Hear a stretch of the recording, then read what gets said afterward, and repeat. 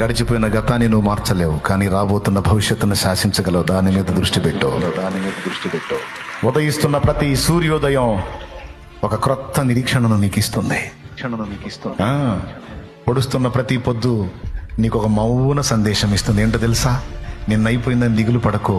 ఇది ఈరోజు నేను మళ్ళా ఉదయిస్తున్నాను కదా, అలాగే మళ్ళా నూతనంగా ఆలోచించు, క్రొత్తగా మళ్ళా మొదలుపెట్టు. ఈసారి గెలుపు నీదే అంటది. ఈసారి గెలుపు నీదే, ఈసారి విజయం నీదే. కాదని ఎందుకు అనుకుంటున్నావు? ఎందుకు దిగులు పడుతున్నావు?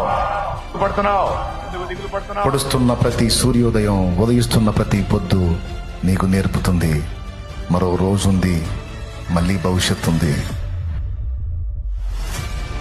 నిన్న మొన్న అటుమన్న నీ కాకుండా అయిపోయినాయా? అట్లయితే ఈ రోజు రేపు ఇక ముందు రోజులు నీవే. చలో సాగిపో, దేవుడు నీకు తోడై ఉన్నాడు అంటుంది.